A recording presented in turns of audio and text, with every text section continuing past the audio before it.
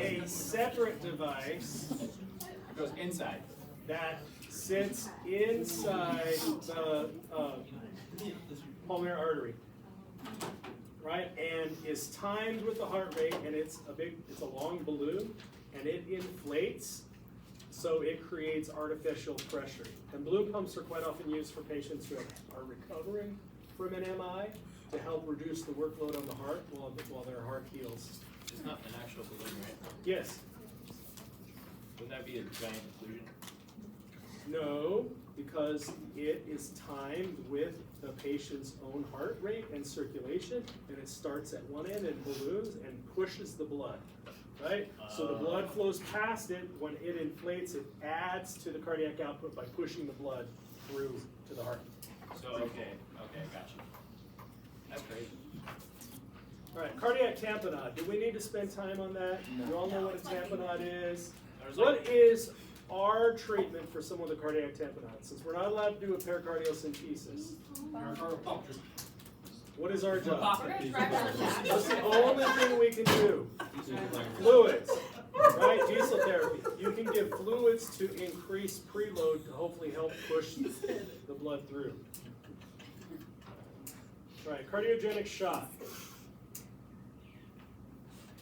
So cardiogenic shock occurs if the patient's heart can't pump enough to create good cardiac output.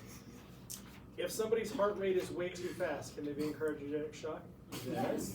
If their heart rate's way too slow, can they be in cardiogenic shock? Yes. What if they just don't have strong contractility? Yes. All right. So I want to go back to the whole giving fluid thing.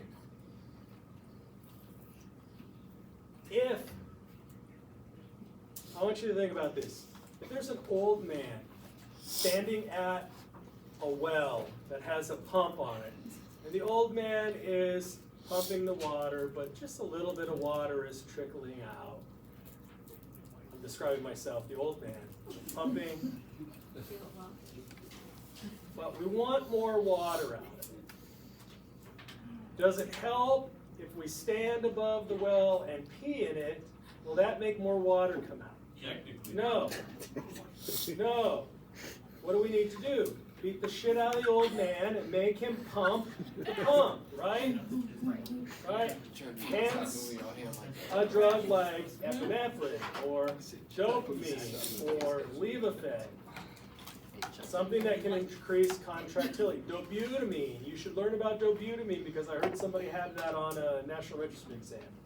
Dobutamine is a positive inotropic drug usually given in conjunction with dopamine. If anybody in here have a pool at home? Yes. Anybody live in an apartment complex with a pool or ever? Yeah, right? Guess what? A pool has associated with it. A pump, right? What does the pool pump do? Pumps water out, circulates the water. What? Cleans, right, with a filter. If the pool pump is malfunctioning, does it help to stand and piss in the pool? Yes. No. What do? You fix the pump.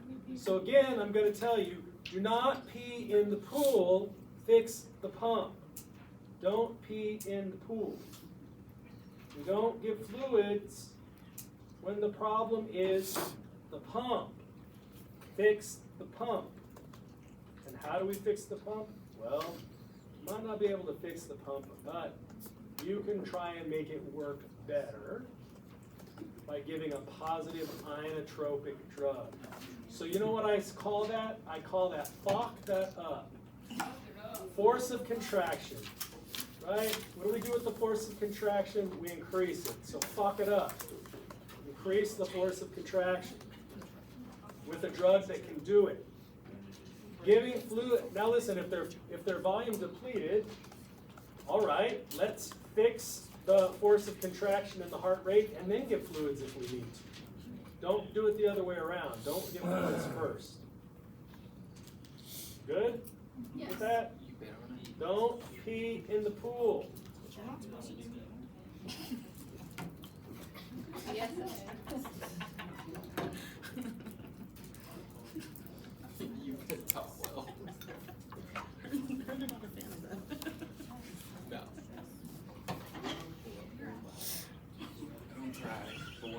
That's one of the reasons. All right, hypertensive emergencies. Did you throw away the beef steak? Bro, I can't eat that. It's too hot. It's too skinny for you? So hypertensive emergency. So hypertensive urgency, a blood pressure greater than 180 over 120. Can the blood pressure go higher? I had a patient who had a blood pressure of 260 over 160. So stroke. And we're going to the hospital, and I had just gotten his blood pressure. We just left, got his blood pressure. His blood pressure was really high. And before I could do anything, I'll never forget this little older man. All of a sudden, his head cranked off to the side, his eyes rolled back in his head, and he let out the highest pitched scream I'd ever heard in my life. I'm like, oh shit. And then guess what happened? His arms came up, and he started seizing.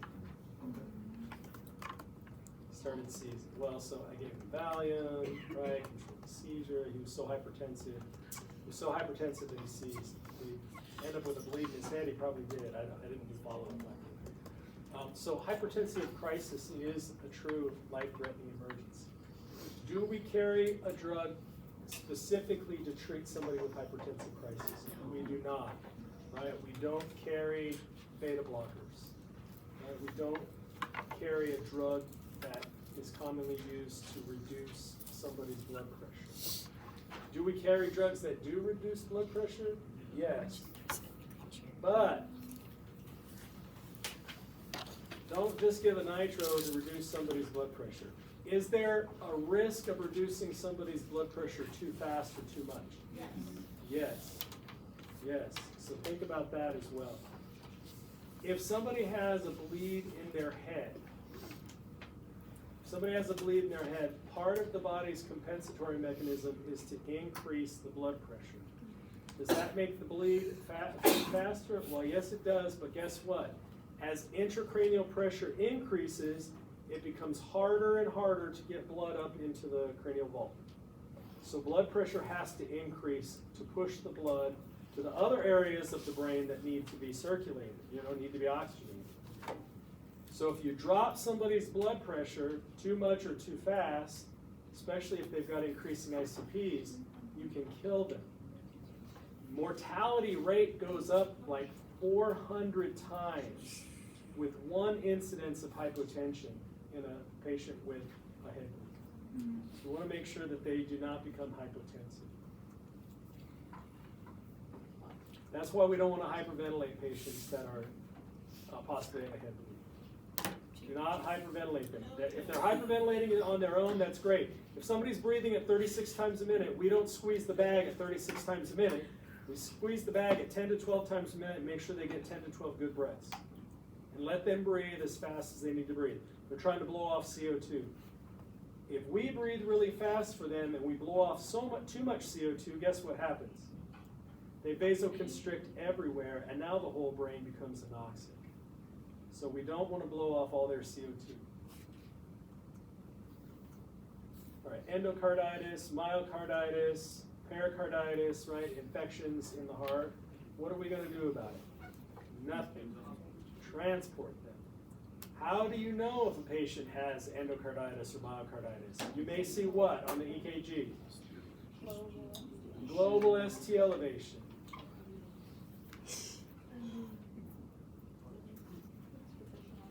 Positional pain. Why is it positional pain? Right. Leaning forward relieves the pressure. Laying back and the heart rests backward causes pressure, pain. They may have signs and symptoms of an illness. Listen, think about this. Recent injury. Someone stepped on a nail 2 days ago. The bacteria can travel that fast and give somebody myocarditis. Mortality rate is very high with somebody that gets myocarditis. In children, the mortality rate is about 52%. About 52% of them die. That's it. myocarditis. I love how it talks about refusal of care. If somebody has endocarditis, they're not refusing care. Pericarditis, the same. All of our treatment is what? It is going to be supportive care. Supportive care and get them transported to the hospital. What if you call a STEMI alert and it's myocarditis and not a STEMI? Is that the end of the world? No. I would say it's better to err on the side of an MI and be wrong than not call it out. Rheumatic fever, scarlet fever. So rheumatic fever is caused by strep, and so is scarlet fever. Scarlet fever is characterized usually by a high fever and a rash on the tongue. They call it strawberry tongue.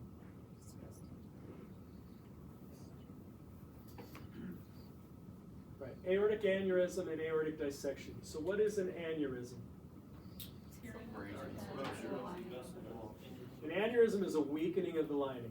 A dissection is the walls separated. And how many layers do we have of an artery? Three, right? What are they? Media, intima, and the external wall. So when somebody is having aortic dissection, whether it's abdominal or in their chest, sometimes it starts with an aneurysm, but other times there's not an aneurysm associated with it. It's the just tearing of the wall. And as that wall tears and blood starts moving into the space in between those layers, it causes what? Pain. Patients with an aortic dissection in their chest will quite often describe it as a tearing pain that is subscapular. Pain, chest pain, as well as pain that radiates through to their scapula, and a lot of times they'll say, I could just stretch it out. I feel like if I could just stretch it out, it would feel better. Well, it probably won't do anything if they try and stretch, but it's a constant tearing type pain. It doesn't get better. And usually it is sudden onset, and it gets as bad as it's going to be right now. So it's not like it starts gradually and gets worse, worse, worse. That lining tears, and once it tears through, there's pain, and that pain stays. I started with chest pain 30 minutes ago. What is it on a scale of 1 to 10? It's a 10. Was it a 10 30 minutes ago? Yes. It was all of a sudden, and it hasn't changed. It's been horrible. Right? Signs of an aortic dissection. Drive fast and try and avoid the bumps.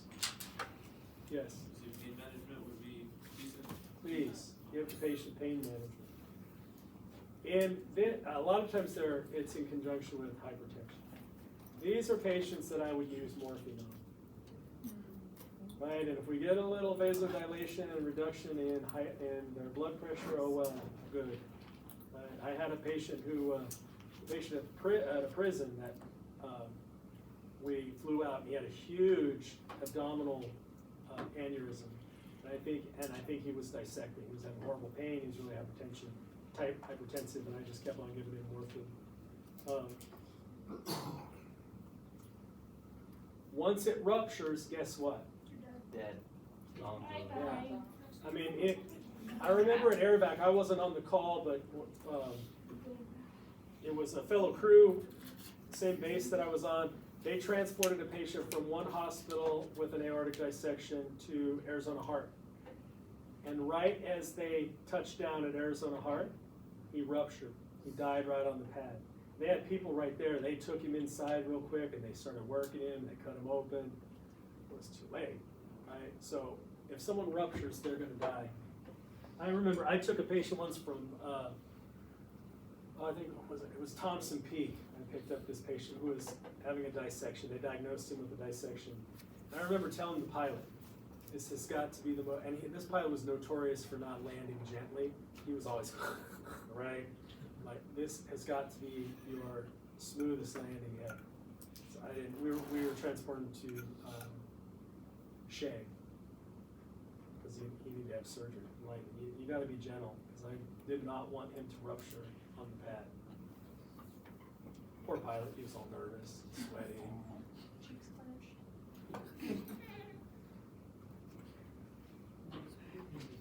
How was the landing though? It was pretty good. It was. I have to say, it was pretty smooth. The nurse and I were pretty worried. All right, arterial occlusion versus DVT. It is not hard to tell the difference.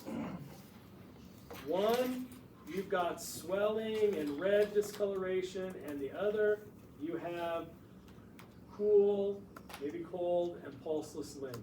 Which goes with which? Right? First one's DVT, so we have blood backing up in that extremity because it's not able to get back because of the clot. Arterial occlusion, now we have blood not able to get to where it needs to go to perfuse. So real easy to tell the difference between the two. Again, I want you to understand that an IV is not just some benign thing that we do.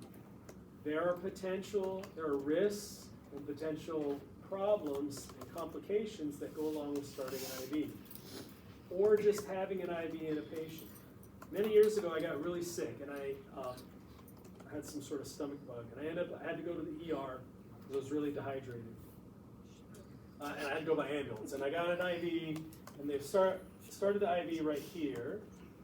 And when I was in the hospital, they gave me a drug called Phenergan, which helps with nausea, but Phenergan can be very caustic and painful. It's caustic to the veins. So they gave me Phenergan, and I mean, it hurt, burned really bad. It also makes you sleepy, and I'm oversensitive to Phenergan. If I take a little 25 milligram Phenergan pill, I'll sleep for like 2 days. So they gave me the Phenergan, and I was getting IV fluids, and I got really sleepy. It hurt really bad when I got it, and then I woke up, and my IV bag was hanging here on my bed, and my IV, the blood had backed all the way up, right up the line. I'm like, so I push the call button. I'm like, hey, the tech comes, the tech. So my IV's backed up. Can you get a nurse? He's like, oh no, I'll fix it. He grabbed the bag, opened the line, he just squeezed. Before I could stop him, just squeezed, and I felt the clot go into my arm. I could feel it. And I'm like, but I was really tired. I was on Phenergan, I was sleepy. So I woke up later and it happened again, right? The blood backed up again, right? Why? Because I got a thrombophlebitis and the fluid wasn't able to flow, so blood built up and I got a clot there. So happened again, this time the nurse came.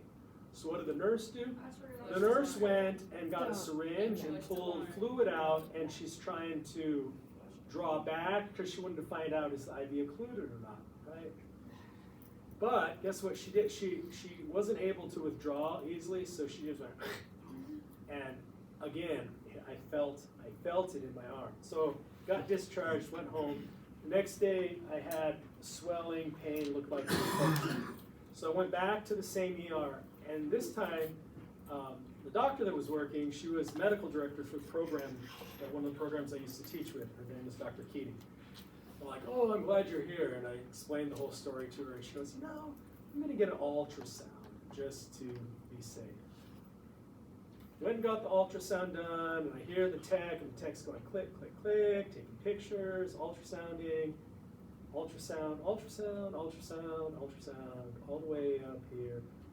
And I'm all, hey, what's going on? She was all, oh, I have to have the doctor talk to you, right? They're never going to tell you. The ER doc, an hour or so later, comes into my little curtain-off area. This was at St. Joe's. And her eyes really big, and she said, Chuck, that's the biggest clot I've ever seen in my life. I clotted from here all the way into my chest.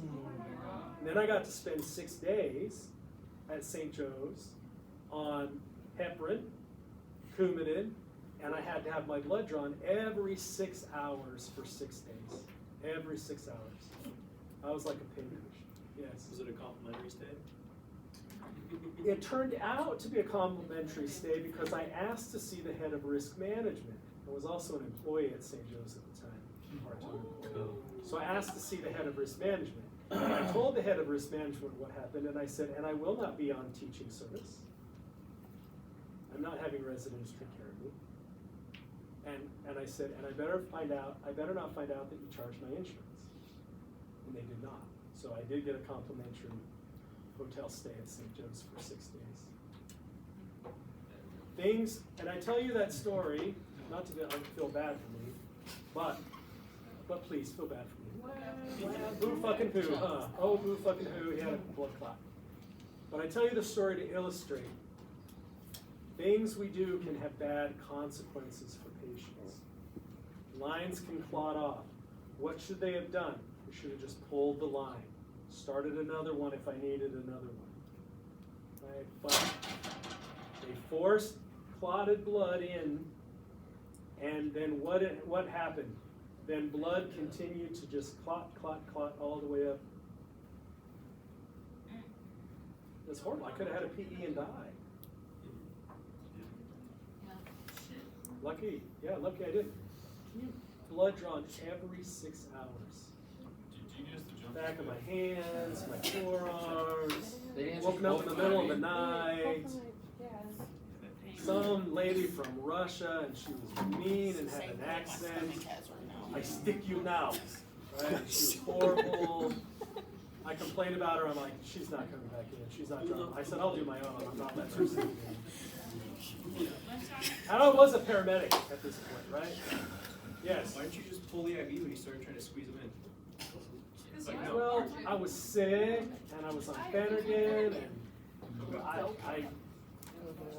I wasn't thinking correctly. So, thrombus, embolus, when does a thrombus become an embolism? All right, let's go to lunch. See you guys later. I'm sorry I kept you about 10 or 12 over. No, 2. 10. God.